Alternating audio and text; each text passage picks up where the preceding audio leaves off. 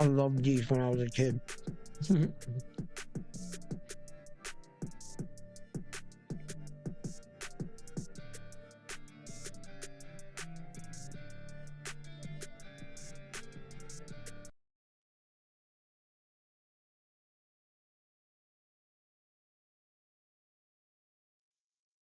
What's up, fight fans? Let me get it together. All right, what's up, fight fans? And welcome back to another edition of Round One Sports TV. I'm your host, Edwin, and we're going to be breaking down what I believe potentially could be one of the biggest fights of the year, and that's Devin Haney versus Ryan Garcia. Many things have been said about this fight, so I'm going to break down a little bit about this fight, and I want to see some of your reactions. What's up, Richard? Salute, baby. ¿Cómo está allá en Puerto Rico, huh? You know, I just want to like, what's up, baby? How you doing? Hello out there. Good. How you doing? And we're gonna be breaking down this fight because it's close. We are in April, so all that and more. Let's get right into this video. Well, listen, where I want to start with this fight right here is exactly on boxing. There has been a lot said in recent weeks about Ryan Garcia's and his antics in social media and all of the things that he's been doing, um, typing and and all that. That's not what boxing is about. Boxing is about the sweet science. And if you come to this boxing channel is an educational boxing channel where we educate each other.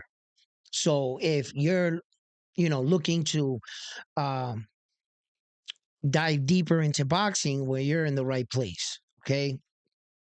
As for skill, each man possesses their own unique threats. And if you were on the outside, which most of us are, right, and we're just looking at accomplishments and what both men look like in the ring, you would quickly say to yourself, you would, I would, I, I would think most people would say that Devin Haney is the more accomplished fighter here. He's the more decorated fighter, and he definitely, I believe, has the most skill. Okay. Now, Ryan Garcia, on the other hand, he's a hard character to read. Um, with his last performances, training camps, um, changing trainers, going from one trainer to another trainer, back to your old trainer, your old trainer there, even like walking away from you. Like it wasn't a good look for him. He was training first with Eddie, Saul Canelo Alvarez, his coach. And from there, he kind of bounced around. He's here with Derek James. And now, I saw slight improvements, but not much from his last fight into now. Here's the thing with Ryan Garcia, though. Ryan Garcia it has God gifted talent. And Ryan Garcia has great speed. And at any time, I've been waiting for Ryan Garcia to show up. I don't think that he's going to just jump from one fight to the next and to this superior fighter. The only thing I'm banking on here is that Ryan Garcia and Devin Haney know each other a little bit. They're a little familiar. And now that can go both ways. Devin Haney can know that he's just not on his level and he can just straight wipe him down. There's a lot at stake here. Devin Haney's coming off his last performance with Loma, where that in fact he got booed at home. Devin Haney, he also goes out there and he wants to be a fight pleasing type fighter. And the way to do that, he's gonna go out there and he's gonna really try to knock out Ryan Garcia. One, they're saying that Devin Haney doesn't have a lot of power And that's kind of been his stigma. I've been saying Devin Haney's a kid. Wait until he gets his man strength. Okay. And a lot of people were judging him like a grown man, like the rest of these men he's fighting against. And they're like really like not paying attention to the fact that he was doing all this shit at 19 years old, 20, 21, 22, 23. He was doing all he punked Loma at 19 for his belt. At 19 years old. I think he was just turning 20 or something, but I think he was legitimately 19 still. I would have to check that out. But I think I'm right. He punked the shit out of Loma for his belt. At 19, Loma didn't want to fight him. For whatever reason, he chose to fight Tio instead. You know, I think it was a fight in between and then Tio. Like that. Um, so Ryan Garcia right now, he does possess the type of speed and at least, you know, some understanding of boxing or that he could present Devin Haney, a rough out if he stays disciplined. See, Ryan's Garcia's his skill is not what so much like his speed and whatever he has for skill. I wasn't questioning that because I knew what he brought to the table as far as his skill level goes. So I knew what he brought to the table. What I'm really concerned is about Ryan Garcia's mental. And is he mentally checked out before this fight? Has he given too much attention to social media? Has all that drained him? You can't just go into training camp and just flick the switch and all of a sudden be mentally tuned in with your body as one, you know, and knowing that he checked out of that Tank Davis fight. A lot of people still throwing that in his face. Ryan Garcia knows Devin Haney threw it in his face. He was like, look, the whole world saw you check out. That's not you. You're not that guy. Right. And Ryan's on stage like, yeah, yeah, yeah, yeah. Like, so it's for me anyway. I think there's going to come a moment in the fight where that he's going to have to ask himself, does he still want to be in this fight? And I think Devin Haney's going to batter this boy.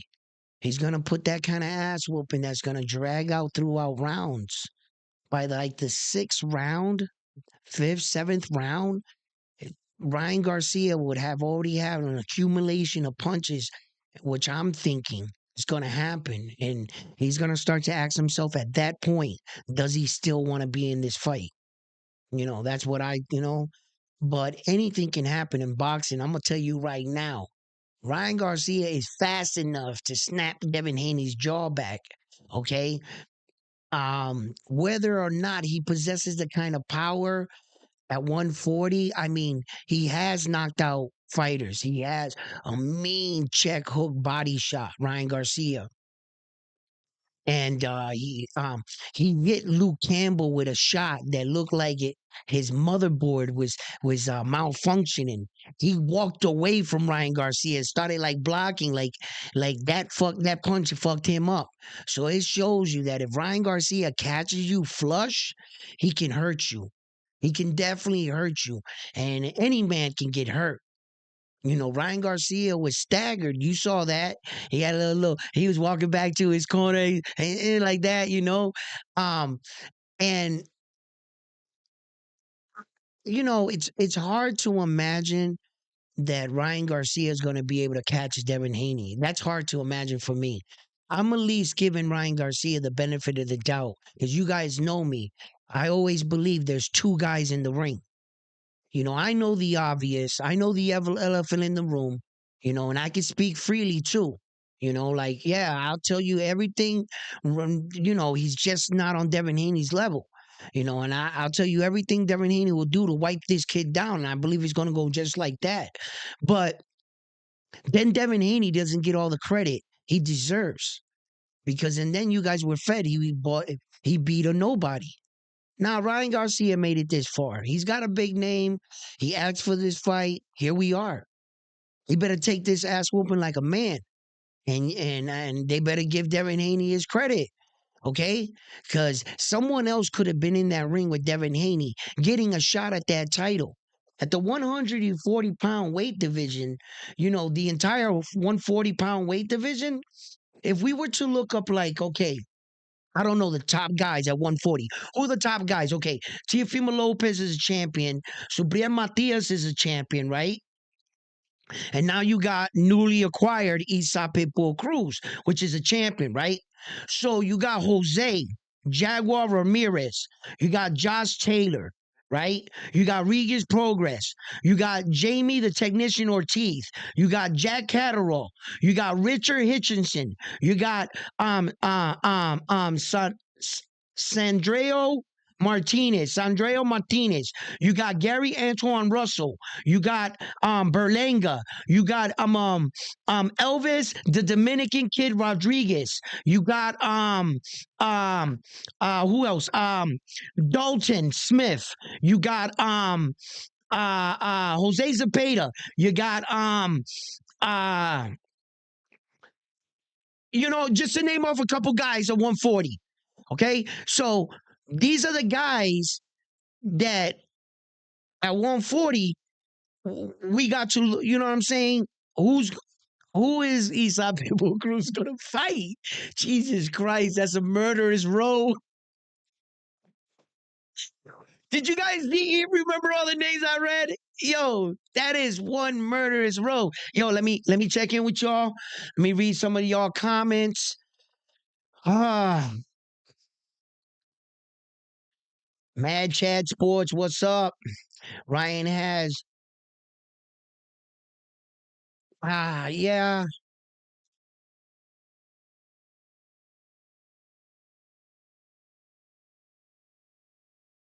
yeah. You know, yeah, that's kind of like what all of a lot of like real, like mainstreamers, hardcore fans be like, yo, Devin's just gonna run through this dude. But you know what?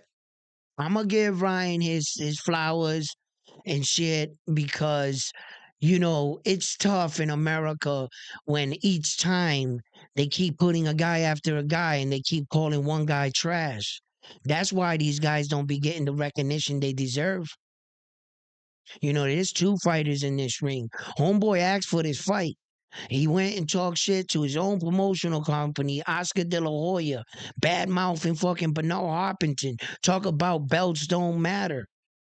Talk about he want this, he want this. Like he seems like a little spoiled brat in boxing, Ryan Garcia. He seems like the kid that in his head, he's a much more boxer here than he is here. And I know this. I can see. But you know what? Nah. You know what? Nah, Ryan's good. He's fucking great, bro. This kid is awesome, man. That's right, he is. He's got a mean check hook, man. His footwork, man. It's there. Yeah, you're damn right. He's gonna present Devin Haney all kinds of trouble. Man, I don't know if I was Devin Haney, I would take this fight against Ryan Garcia. He's a real threat. Yo, give him his love, damn it, because he's gonna knock this boy out.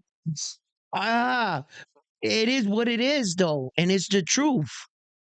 Ryan got himself to here, bro. Then when Devin beat him, bro, don't be mad at Devin for whooping on that boy like this. And when you guys see a one-sided event and you see that there's levels to this for yourself, don't be mad at Devin and don't boo Devin for doing his job. Give him his respect. This is what you wanted. This is what the people wanted. This is what Ryan wanted. Yeah. Oh, careful what you ask for. You ever hear that expression? Walk around and find out. Ryan Garcia is about to find out. He put himself here. No one, this wasn't a mandatory. This wasn't none of that shit. We all know why he's here. Okay? And this, I could be a dick and be like, this is some Jake Paul shit with Ryan Garcia. That's how kind of like I feel. And you know what Devin needs to do? Exactly what Anthony Joshua did. He needs to like really show the world that there are levels to this. And there are a lot of men that are in 140-pound weight division that deserve a shot at these titles. You know, yeah, Regis Prograis lost the belt. You know, Josh Taylor and Jack Catterall are about to shoot it up right now. And I think Jack Catterall might beat him. I think he has a potential. You know, Subriel Matias is out in Puerto Rico right now. He's gonna fight Liam from Amparo, and Liam is an undefeated fighter. He's an undefeated fighter, and I'm telling you right now that fight right there, I'm gonna be at that fight. I'm gonna try to cover as much as I can in that fight. But Liam Pardo is a worthy opponent and is a very dangerous opponent. He's knocked out a lot of the fighters he's come against. He's he's undefeated for a reason. You know, so he just goes to show you that, Subriel Matias ain't just picking no tomato can. This is another undefeated fighter he's coming up against. And if he was to do the same thing he did to these last five fighters and make this one retire on the stoop, that would be really saying something. It would be sending a message out to the 140-pound weight division. I tell you that much. Well, as for like Devin Haney and Ryan Garcia, look, guys, I believe most of us have Devin in this fight. But like I said, this is boxing. Depending on what kind of Ryan Garcia shows up to this fight, you know, truthfully, you know, this is very rare in boxing. And when I talk about this is very rare. And I repeat this, right? But I've actually witnessed it. I've actually witnessed it. I actually witnessed a guy that trained in boxing. You know, he was more fighter up here than he was right here. And he was in the sport for quite a long time, 6, 7, 8 years, somewhere around there. And it just wasn't clicking for him. The way to fight, it just, everything. He could talk the lane. He just didn't. It didn't click. We talked about distance management, and he knew, but he just couldn't do it. His brain, and so one day he met this other guy, and he left with him, right? And I didn't see him for a couple months. I would say it was less than 6 months. It had to be less than 6 months than the last time I seen him. When I seen him next, he was he wasn't the fighter and it was a short time. And what happened was that guy explained fighting to him in a way that he understood it. And everything went, yeah, man. And he was good. He was really good. And I was like, wow, I can't believe the leaps and bounds that he came from where he was for 6, 7, 8 years. I mean, he knew boxing. He when you talk to him, he knew it. He just didn't look like that in the ring at all. He had a horrible record. And when, like I said, I've actually seen that happen. So Ryan Garcia is the type of kid that's been around boxing for a very long time.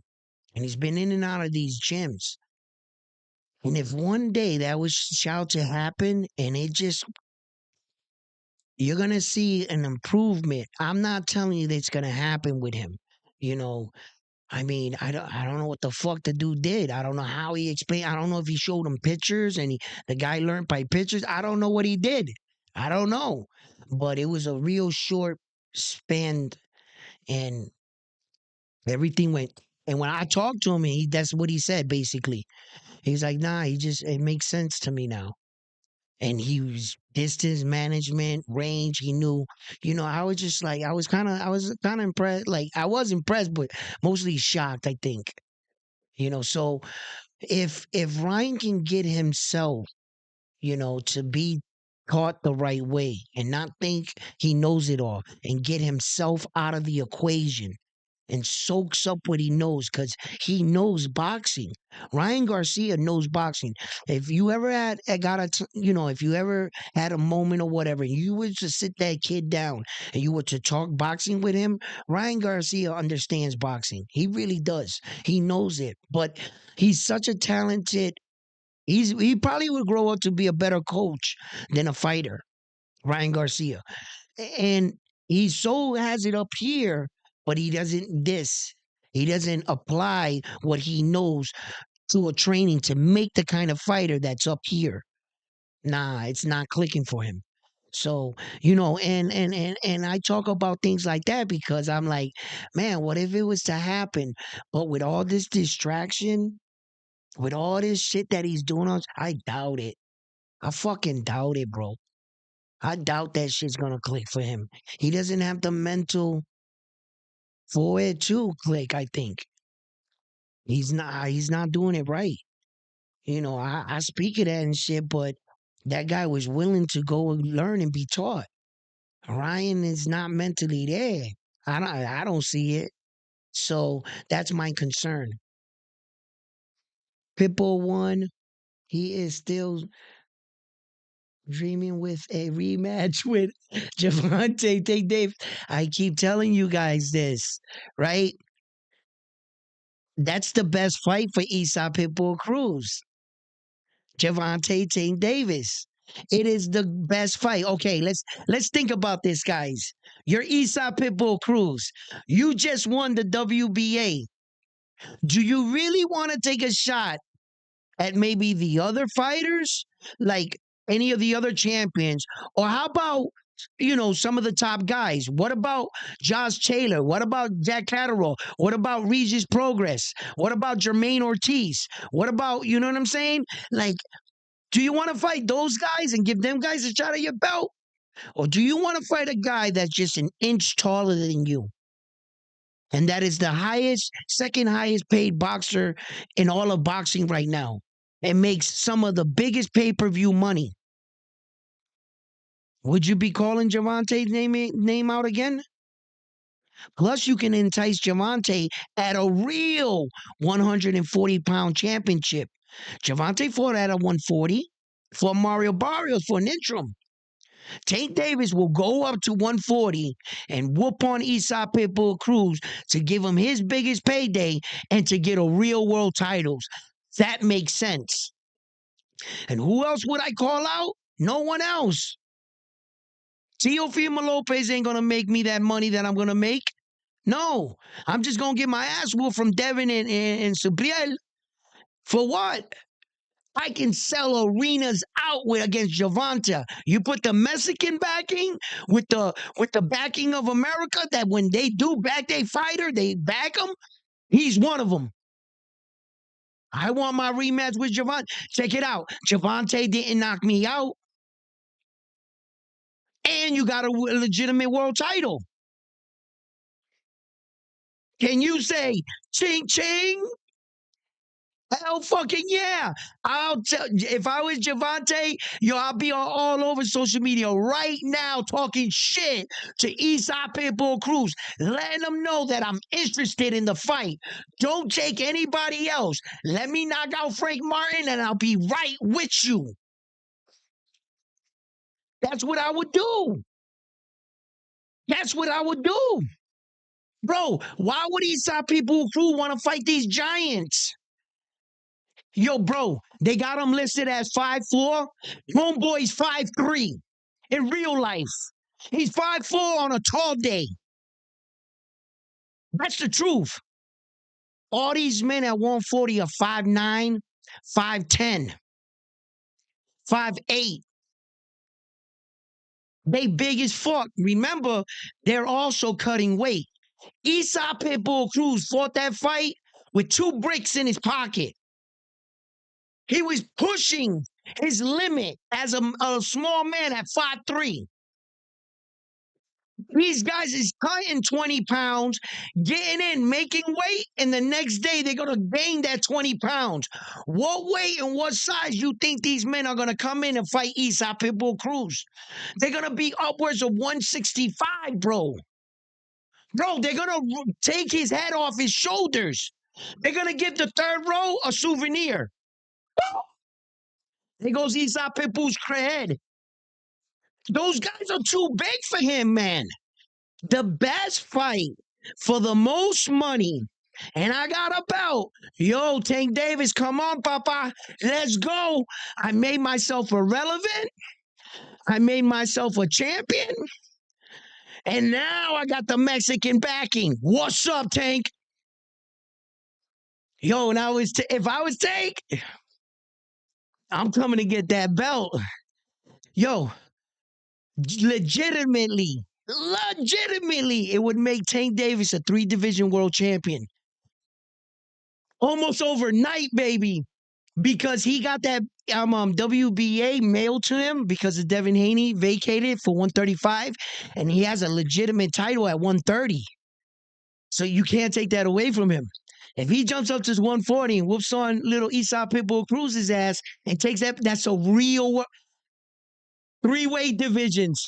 He went from having 1-weight division, almost turning 30 within a calendar year, gonna be 3-weight. Yeah! Come on, take the fight, baby. Take the fight. Yo, I would take that fight, man. Oh my God, I would. Ah. Yo, am I facts, right?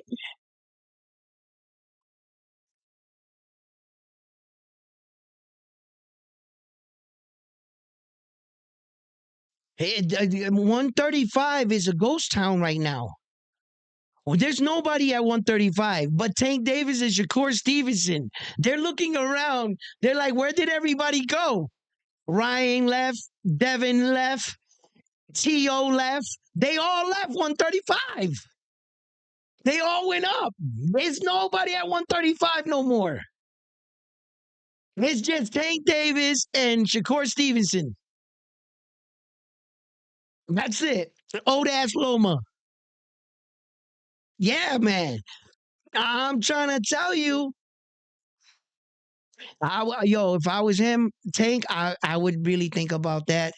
And Aesop Pitbull Cruz called out the right person. If you ask me, me ain't making that kind of money with any of those other guys. The only guys he wouldn't stand to make that kind of money, possibly, would be Devin Haney and Subriel. That's it. That's it. Because if you was to fight Subriel, and probably the Puerto Ricans is backing Subriel anywhere, bro. I saw them back in the ring was packed with Spanish flags, and they was out there. There was this. I forget where. I gotta look that up. But they was out, and I was like, wow, look at the love, bro. That's awesome. So they supporting them. So and the Mexicans gonna support Aesop Pitbull Cruz, and now he's a real world champ. Oh, they gonna support him. So no matter where they fought, they gonna sell out. Yeah, Devin's gonna sell out with them, but that's it. You ain't selling out with T.O. You ain't selling out with nobody else. Nah, but you can sell out with Tank Davis. Yeah, you can. Yes, you can. You can fight on the moon, and somehow people buy tickets. Yeah, so it's a smart move. Plus, he's short. For the first time, you know what I'm saying? Tank Davis has to fight a shorter guy. Yeah, that's why Tank Davis had a lot of problems with Aesop Pitbull Cruz. In fact, because Tank Davis's entire career, he's always fought taller guys. When he had to come against a shorter guy, it showed in the fact that how he fractured his hands because his punch angles were off. He was hitting the top of Aesop Pitbull Cruz's forehead. And as we all know in boxing, the human head is the hardest part of the human body. If with the right angle, you can break your opponent's hands. I wouldn't recommend it because you can also get knocked out. It's a risky, you would really have to know what you're doing. You don't know what you're doing, you're probably going to break his hand, but you're probably going to get knocked out. So don't but Fighters know how to do it. Okay, I've never used that strategy. Okay, but I've heard in gyms and we've training and stuff like that. Don't hit him on the forehead because you'll break your knuckles. Make sure you go down. So Tank Davis was hitting him on the forehead because he was fighting a shorter guy. But now Tank Davis, truthfully, has already fought Isa Pitbull Cruz, and he knows him that much more.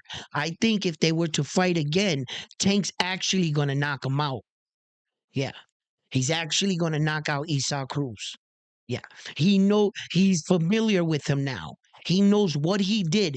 Tank Davis is really that fighter that needs these fights to step over to elite status as considered an elite boxer. He hasn't had those fights yet. So I can't give it to him. He looks real smart though. Um Tank Davis is a lot better fighter than what we've seen. That's for sure. Okay. Um, and I gotta, once you do things to the elite fighters, you won't be able to do that again. And Tank Davis is that type of fighter. An elite fighter, you do it to him in the moment, in the middle of the ring, right? Elite fighter figures you out. Tank Davis is headed there. So what do you think he's gonna do in the second fight? It's not in the moment. You actually gave him an entire time to prepare. And now he's going to knock out Isa Pitbull Cruz. That's what's going to happen. Trust me when I tell you. I stand on my square. I shit, if they ever fight again, I guarantee it, Tank's going to knock him out. Yeah. Tank's a beast, bro. He's Isa Pitbull Cruz is a monster, is a pit bull, but a pit bull's gonna get eaten by a monster. I'm gonna tell you that right now. You know, and if he was to move up to 140, Tank Davis, it would make him quick three-division world champion. I'm not sure he should hang around there. But fighters will do anything. And if Esau Pitbull Cruz can be a champion at 140, Tank Davis can fight these guys. I think he can fight T.O. perfect. I think he can fight Devin Haney perfect. And I'm always nervous when anybody mentions Subriel Matias' name, because I already know whether win, lose, or draw, you're going to go through some shit fighting a guy like that. So win, lose, or draw, you can beat him. You can beat him. But how are you going to walk? Which way are you walking out of that ring on that night? Even in your victory, how long is it going to take you to heal? And what did you give in that fight in order to beat him? So it's tough, baby. It's tough. It's a ghost town at 135. There's nobody there. There's all kinds of vacant belts. There's only like two real champions. I know that they already have the fight scheduled for those vacant belts for other opponents, such as Vasil High-Tech Lomachenko and George Kamboza out in Australia. Yes, I understand that. But as of right now, legally, yes, they are vacant. It is a ghost town in 135. There is no one there. And it was such a thriving, and we should have got all these big belt fights, right? But because of money, greed, popularity, and fighters getting, believing in their own shit, and then add a sprinkle of promoters and fucking TV networks that are greedy as fuck, that's why we didn't get those fights. Because when we had all these guys in 135, they were all supposed to fight each other. Did we get T.O. and Devin Haney? Did we get T.O. and Tank Davis? Did we get Tank Davis and Devin Haney? Did we get we got none of that shit. And they were all there. Too many fucking divas. Too many people. I'm the man. Yo, check out my gold chain, bro. Yo, check out my ride. We don't want to see what the fuck you wearing. We want to see who you fighting. And when they were all there and that division was so rich and it was just there for the taking, none of these guys pulled the trigger. Why? Because of the kind of shit that Floyd Mayweather did to boxing. Everybody wants to protect their O. Nobody wants to be willing. They're all talking. I want to fight the best. I want to fight the best. Well, none of you fought the best because you were all there. And somehow, none of you guys fought each other. It's truly they went around everyone else. You know, at least Ryan Garcia went after Tank Davis, and he actually did it. See, I can in victory or defeat. At least Ryan did that. You can't say that about Tio and Devin. You can't say that about Tank and Devin, Tank and Tio, Tank and Loma. Like they didn't none of these, I was like, what the fuck? And no, and no, and no, it's no without effort, right?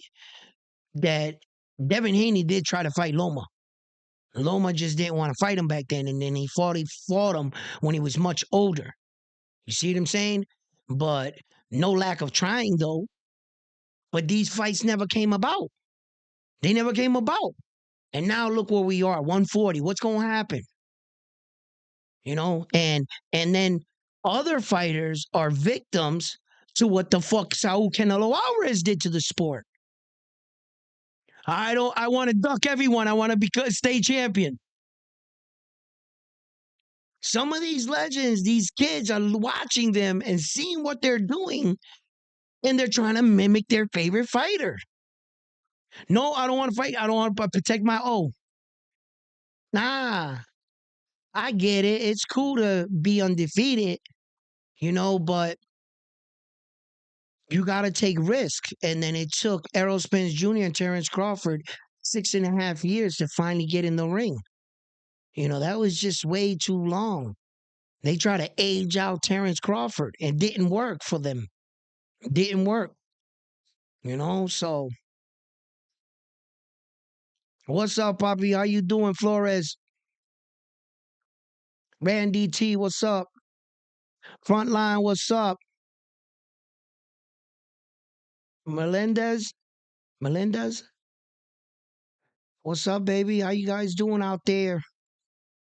Man, so there's a lot of opportunity, at the 140. Um, congratulations to Isa Pitbull Cruz.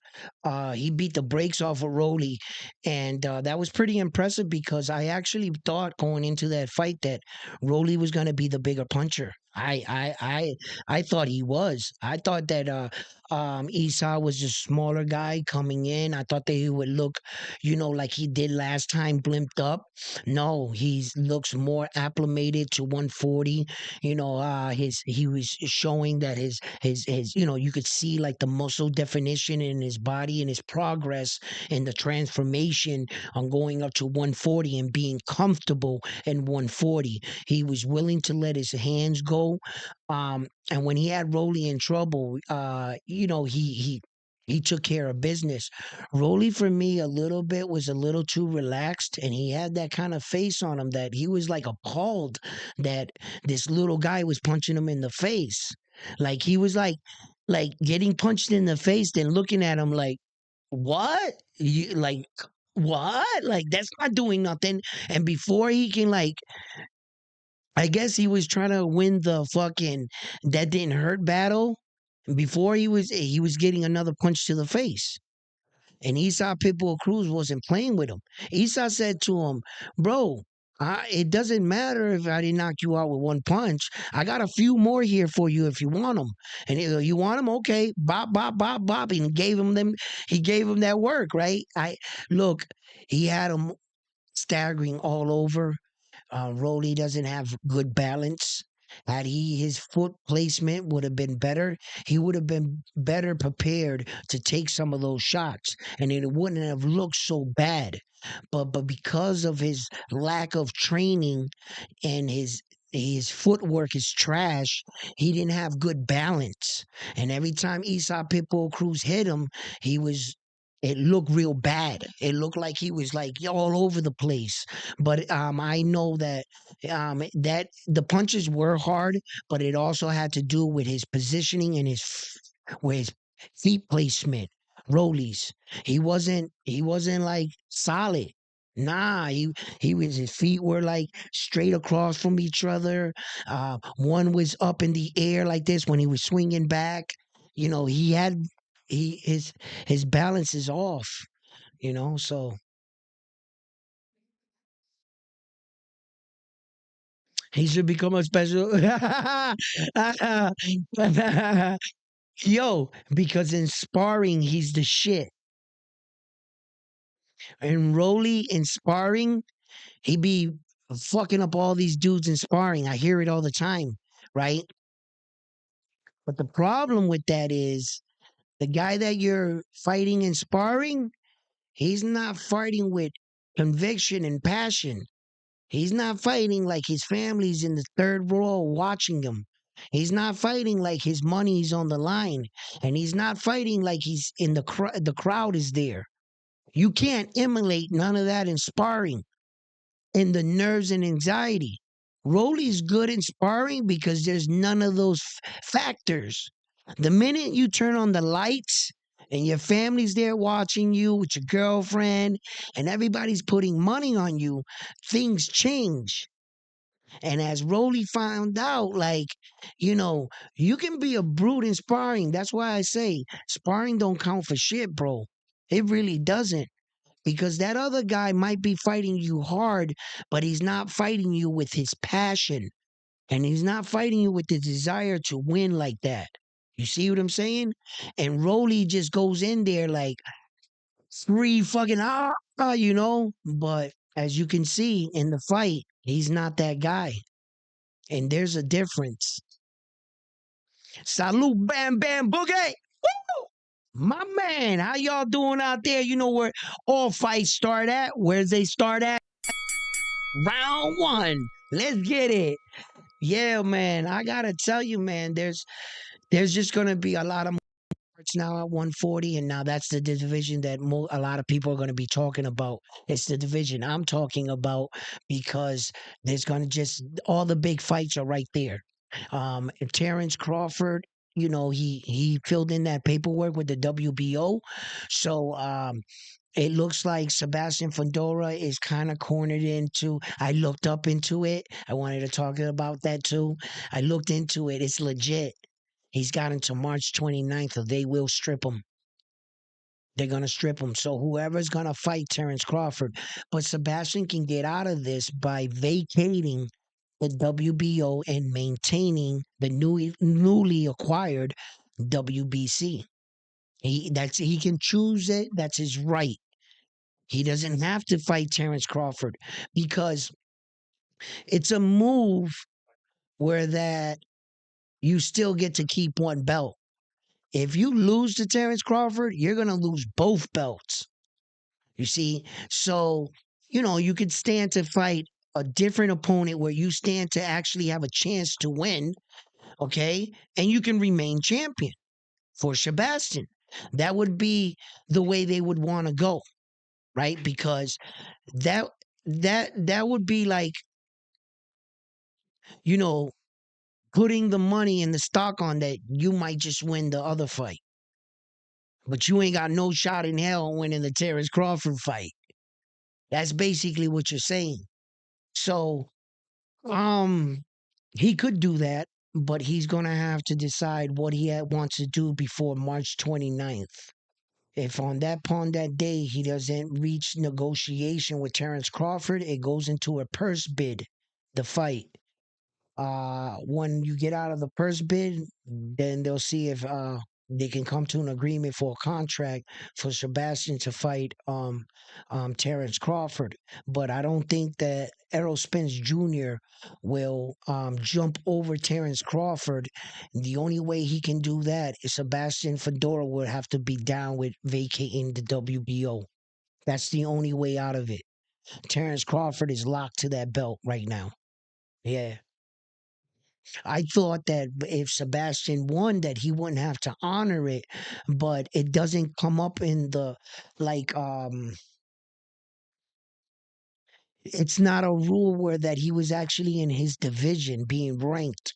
It's a rule where that it's in the structure of the WBO, which allows you to become the existing champions in the above weights mandatory. So that no matter who the champion is, if he didn't have no mandatory obligation, he automatically becomes the next man up, which is Terrence Crawford. And that's a smart move. You see, because I'm going to tell you right now, I'm going to tell you right now, had it not been for the WBO saving Terrence Crawford right now, let's just say that he didn't win. Fedora didn't win the WBO, and all he won was the WBC. Terrence Crawford would be screwed right now. You guys know that, right? He'd be screwed. Okay. Why? Because Fedora is a PBC fighter, and so is an Arrow. That's an in house fight. They'll make that fight like this. Literally. They don't got to do anything. The one good thing with Terrence Crawford, he's signed to himself. Basically, he works with it like everybody. They still would have to fuck around with the streaming with Terrence, but Sebastian and Arrow, that would get done like this. Yeah, they're on the same side of the street. That's why I know, had it not been for the WBO, Terrence Crawford would be getting screwed over right now. Again, it seems like every time Terrence Crawford does something, he always gets screwed over. Yeah, man, it's like a black cloud following that man throughout his career. Yo, and he's like the most remarkable, amazing boxer there is. And he keeps doing shit. But every time he does something amazing, they seem to overlook him and give it to somebody else. Yo, it's consistent.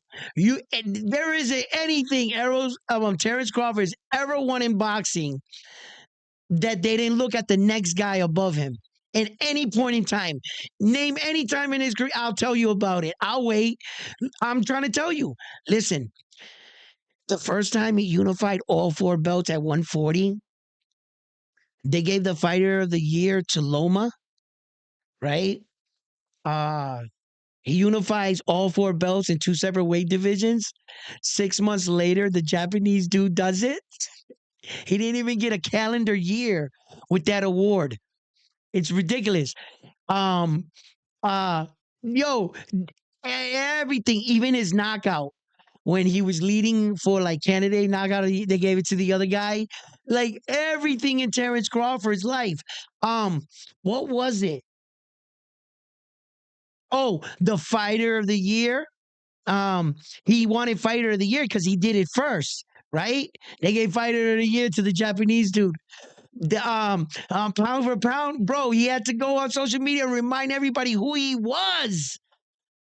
Yo, every time Terrence Crawford does something extraordinary, they overlook him. So there for somebody else, it fucking has to be hard to be fucking Terrence Crawford, bro. And I would be so fucking pissed inside because that man is a remarkable fighter. He is the pound for pound best fighter in the world. He is the first man ever in history to go down as getting all four belts in two separate weight divisions. He is currently undefeated.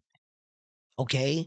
And he just doesn't seem to get the respect that he so desperately wants.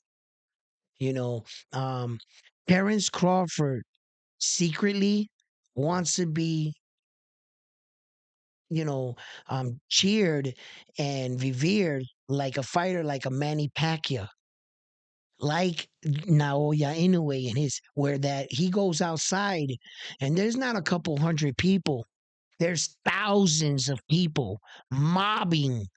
Like when Manny Pacquiao used to go out to the Philippines, there was just thousands and thousands of people, and they would bring like offerings, like fruit and stuff. Like if he was like a king, you know? And that's what Terrence Crawford wants to feel like. He wants to feel the love of all his hard work. He wants to feel the world to acknowledge him for the fighter that he truly is. And it doesn't, no matter what he does, no matter it seems that way, he's just not, he's not revered like that, man. And he has to keep reminding people of who he is. Terrence Crawford can walk outside right now and maybe 30, 40 people probably, hey, that's Terrence Crawford. Yeah, yeah, yeah, yeah. You know, hey, Terrence, what are you going to do your next fight? Whatever, ask him a couple questions. Yeah, you see it. It's 20, 30, 40 people.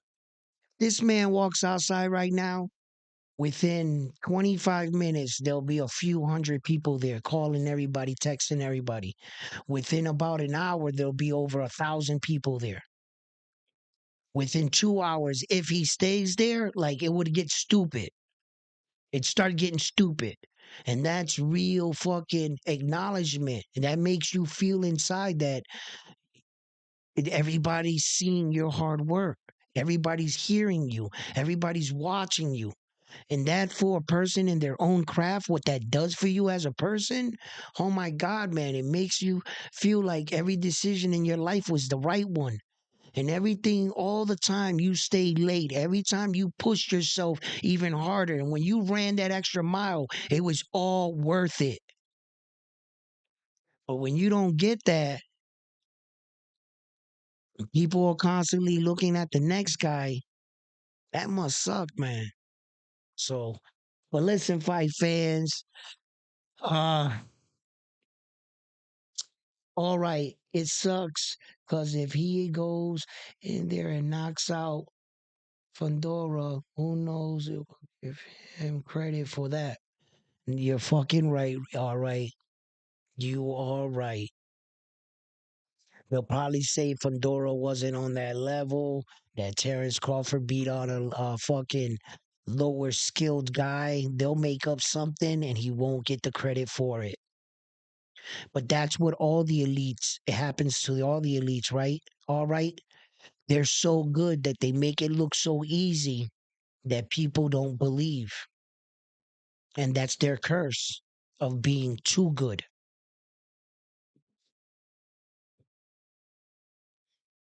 you know? Yeah, Bud is a free agent and Bud will work with anyone. Bud is gonna work with anyone. Just like Devin Haney had to like sign that bullshit ass 3 fight deal with Top Rank just to fight George Camboza. At least he got 2 of those fights out the way with the rematch, and then he had to fight Loma for them. You know what I'm saying? They pimped out Devin Haney a little, but Devin Haney knew and he understood as a fighter, bro. It doesn't matter about the money that I make with George Camboza and that he made more money than I did, right? That didn't matter to young Devin Haney. Oh, and then you still got control of me for one more fight. Who's the name? Loma? What you guys thought you were gonna beat me? Devin Haney was like, give me anybody you want. And Devin Haney fought his way out of that negotiation with 3 fight deal, still on top. And now calling the shots, getting that money. Devin knew, I'll take less money. Just give me them belts. Give me a shot of them belts, and I'll get my money later. He doing it. You know what I'm saying? So Devin Haney, that was a smart move. But Devin Haney is Devin Haney promotion. He always been DHP. He works in affiliation and he'll sign contracts with other promotionals, but he's always been DHP. Shit, if Devin Haney wasn't signed to Floyd, he ain't signing to nobody else. I can tell you that much. And Terrence Crawford blamed Top Rank and Bob Arum for being racially biased towards him and holding up his career. Had his promotional company backed him up like they were supposed to, like a true champion that Terrence Crawford is, okay, he would be a better champion today. A way better fucking champion. But all those years that stalled out, that they didn't believe in him, oh, I don't see it, he said. I don't see it. Bob Adams' old ass. You know what I'm saying? He's got a good eye and shit, but he can be wrong. And he was wrong about Terrence Crawford. He was fucking. How the fuck you had Terrence Crawford signed to Top Rank and lose him? You're not supposed to lose the fucking number one best fighter in the world. And then, listen to this, guys, just in case you don't know your history. All right, check it out. Terrence Crawford broke his contract with Top Rank. They let him go. He turns around and signs back with Top Rank. Just in case you didn't know that. Yes, he did. Those are facts. Okay? And you know why he did that? Because in this game, he still knew. Terrence Crawford knew. Bro, I'm trying to work with y'all, Top Rank. I really don't want to. There's really nobody. What? I'm gonna go to Ed Hearn or Floyd or Leonard Ellerbe, like, or Oscar De La Hoya. Those are the biggest promoters in the game. Top Rank is one of the big dogs. You're already there. All he's trying to do is say to them, yo, treat me right, believe in me. And they still fucked it up with him. Top Rank still was talking shit. Bob Arum talk about he lost money. Fuck out of here, man. You know? But how could you fuck that up? But they didn't see it. They didn't see it. And sometimes, bro, nobody saw Tom Brady being the best fucking quarterback on planet Earth. He was 199 pick in the sixth fucking round. Nobody saw that shit. Nobody saw that Terrence Crawford was going to be this dude, man. They couldn't see it. And now look at him. Now look at him. But fighters like that put themselves in this kind of position where they can co-promote and work with other promotionals, it's going to be easier to work with them. But the fact that Sebastian Fedora and fucking Arrow on the same side of the street, bro, they'll make that fight like this. They control all aspects of both fighters. They just need Terrence Crawford to get out the way. Once again, screwing over Mr. Terrence Crawford. And Terrence Crawford screwed himself over trying to chase Arrow for 6.5 years.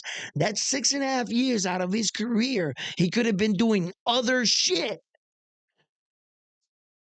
But this dude want to go flip old cars, get in two-car cataracts, like he had to wait for him.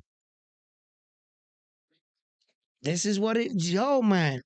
What up, Bam Bam Book? Yo,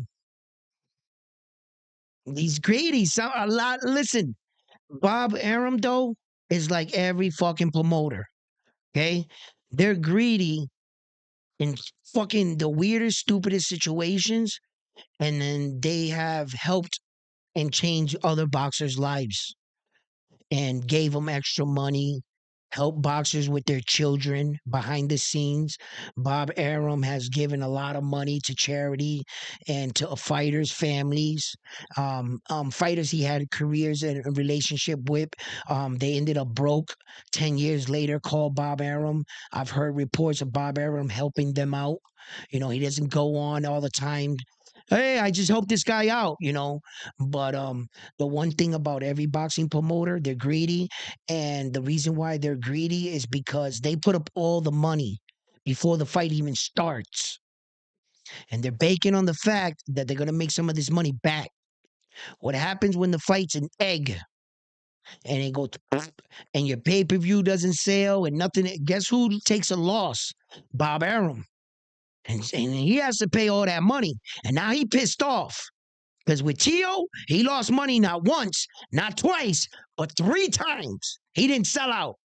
So Bob Arum lost money on that shit. Yeah, he did. Okay? And then he overpaid the fighter. So now the next fighter, he's like, I'm going to underpay this motherfucker, right? And I'm going to try to get some of them losses back. And the other guy pays the price you see, it's a dirty business. And once again, Terrence Crawford could have been the guy taking the short end of the stick because he's got a black cloud over his ass, and it seems like everything bad happens to him. That he got those short end of the stick and end up being the fucking chosen one. And they didn't see it. They didn't fucking see it. They thought he was gonna lose. Terrence every time, I ain't losing. you know? But that's business for you. That's the ugly side of the business, but Terrence Crawford did pretty good for himself.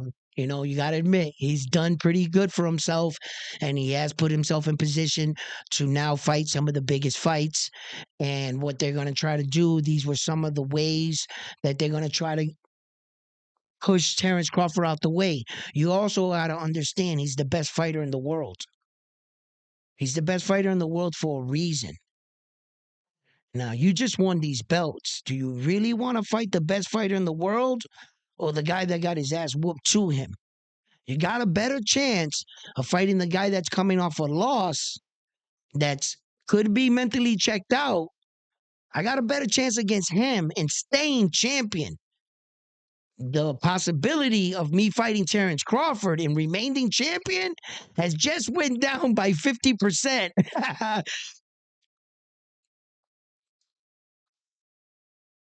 He's the best fighter in the world. You're not gonna want to sign up to fight the best fighter in the fucking world, man. Top Rank pays the last of what the latest out of all the others promotional. Yeah, PBC maybe Matchroom pays the yeah pays the least out. That's not so. That's not so.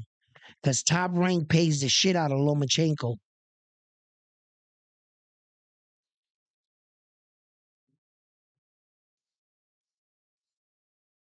Top Rank pays the shit out of Naoya Inoue. That's their fighters. Top Rank only pays Bob Arum pays to the fighter he likes. And he's been known to overpay fighters. Bob Arum. Yeah, he has. But he's not gonna admit it, you know? Bob Arum will pay like them fucking Josh Taylor type motherfuckers. And he pays them. He pays Loma well. Bob Arum paid George Camboza $10 million to fight Devin Haney, and Devin Haney only got 2.3 million for that fight. Bob Arum paid, you know what I'm saying? But no, it wasn't Bob Arum that paid Loma. It was them other dudes that got him that money. That's right. But it was a top ranked fight. You know, I think he has something to do with the money. Bob Arum, he got him the money. I think Bob Arum got him the money. Yeah, Bob Arum pays them dudes, bro. He does, but he also is a fucking asshole. I've heard the stories of him lowballing motherfucker, bro, like a serious scumbag. Yeah, but they're all guilty of it. All of them at one point or another. Ed Hearns is guilty of it. Um, Leonard Ellaby's guilty of it. Floyd's guilty of it. Look how they did Tank Davis. And that was all over social media. And Tank Davis was like, yo, yeah, and that shit came out. They're all guilty of it because greed is a motherfucker. And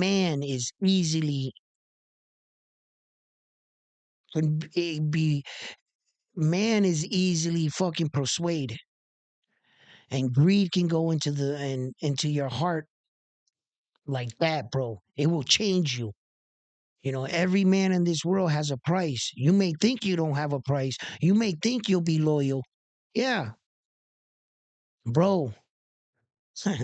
Let them put them bags of money in real life, in real time in front of you and unzip them bags. You'll find out. You'll find out what it's like. See, it's always cool for a broke person to talk about money. I don't care about money. Money will never change me. Sounds good from a person that never had money.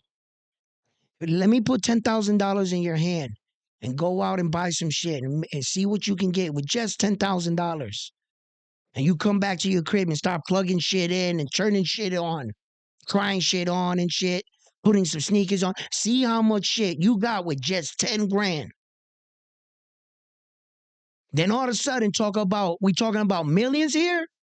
Bro, everybody, bro, it changes. And motherfuckers start getting greedy. Floyd Mayweather, you know how much money his chef for to cook him a plate of food? It's $1,000 a plate. And he wants to feed a few people, right? How much maintenance does it cost to maintain your properties? Somebody to wash all your cars, dust them every day, bodyguards, all that for Floyd Mayweather to live in his reality in one day. You know how much money he pays out on a daily basis? He trying to get some of his money back. He got a club out in Las Vegas for call girl type shits where a gentleman's club you can go in. Mayweather owns that, plus like 23 fucking gyms all across America, right? So he is a businessman, right? You know how much insurance costs on a Ferrari? Do you? Do you know what $25,000 suits are? A $10,000 tie. His tie costs more money than most people's fucking houses and watches and shit. It's ridiculous, right? And then all of a sudden you had a Tank Davis and you got a contract. And these motherfucking pay-per-view people are telling you, Floyd, you should be revenuing tonight. I know it's not going to be a lot. Only 120 million. It's just, I'm sorry, Floyd. I know that's small, 120, but please make do with 120, Floyd. Floyd's going back to fucking Gervonta Davis.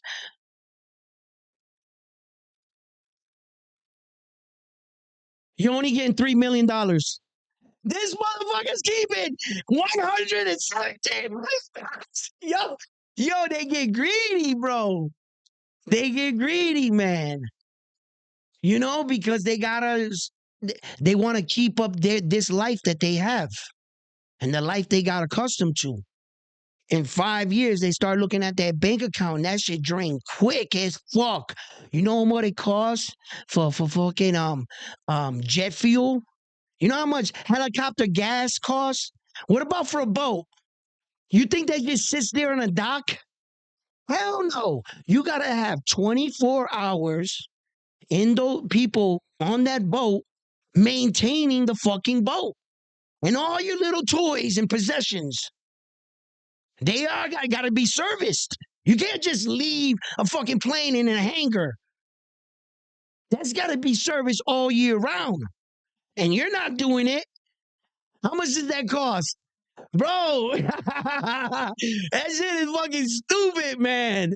And that's why these greedy motherfuckers all around the world, no matter where greed comes from, that's what they do it all for.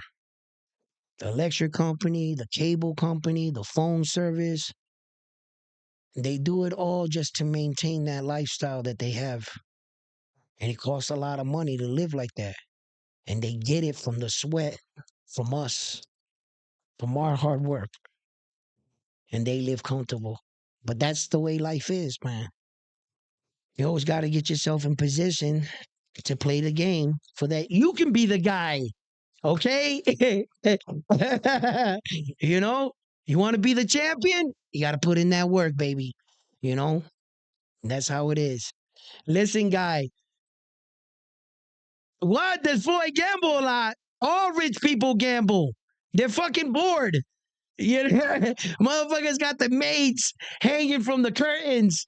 I bet which one falls first. 20 grand on the little one on the right. I got 20 grand. They all gamble. Michael Jordan, that's their money. Fucking let them do whatever they want. Yo, if I was rich, I'd gamble on stupid shit. And I tell you right now, it's hard as hell to get me to gamble for $20. Fuck no, bro. My motto is, why the fuck am I gonna gamble the money I already got in my pocket? to try to take a risk. Now I'm not about chances, baby. Why don't you give me what you got in your pocket? Nah, nah, nah, play, right? But nah, I just don't gamble. I never like shooting dice. I don't like because I used to look at my mans. I'd be like, y'all, yo, you're complaining that you broke, right?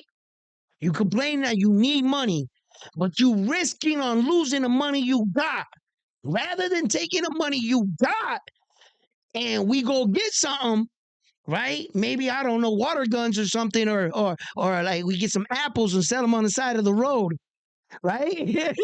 Right? And we get that, we hustle, and we get more money. But you want to gamble your money with dice. You want it quick and fast. You ain't trying to put in the work that it takes to get. You know what I mean? I just never liked gambling. Nah, I didn't. Never liked it. I lost like I think I was a kid or some shit like that. I lost some money one time. I forgot what I was doing. I don't know what I was doing. I was doing some dumb shit. I lost some money. I was like, nah, never again. I still gamble a little bit, but not like that though. Nothing I can't afford to lose. That's my motto. If what I'm gambling, if I can't afford to lose that, I shouldn't be gambling. If I could afford it, like it don't mean nothing. Every time I gambled, that I was like, I don't care if I lose this money, I fucking win. But every time, if I needed it, I wouldn't win. So I know that that was my lesson to be learned. So as I got older, I tested the water throughout. I would gamble here and there and lose. And then be like, but lesson learned, man. I try to keep away from that shit. Listen, you guys is motherfucking the dopest shit, bro. You guys are the best. Um, I want to give us you guys. Thank you for tuning in, watching the show. I'm always gonna keep it 100. You the best I can. So, listen, guys. I'm not sure if I'll go on tonight. Maybe I will. Let's see how it goes. But yeah. What do you guys think about what's going on in boxing? A lot of good boxing coming up. Devin Haney, Ryan Garcia. We're getting closer. This is gonna I'm gonna break down the card too. I'll probably go on tonight. Maybe we could talk some more. So until then, fight fans, this is Edwin signing out here from Round One Sports Talk. I'm on to the next one after this one here at Round One Sports Talk. Peace, fellas.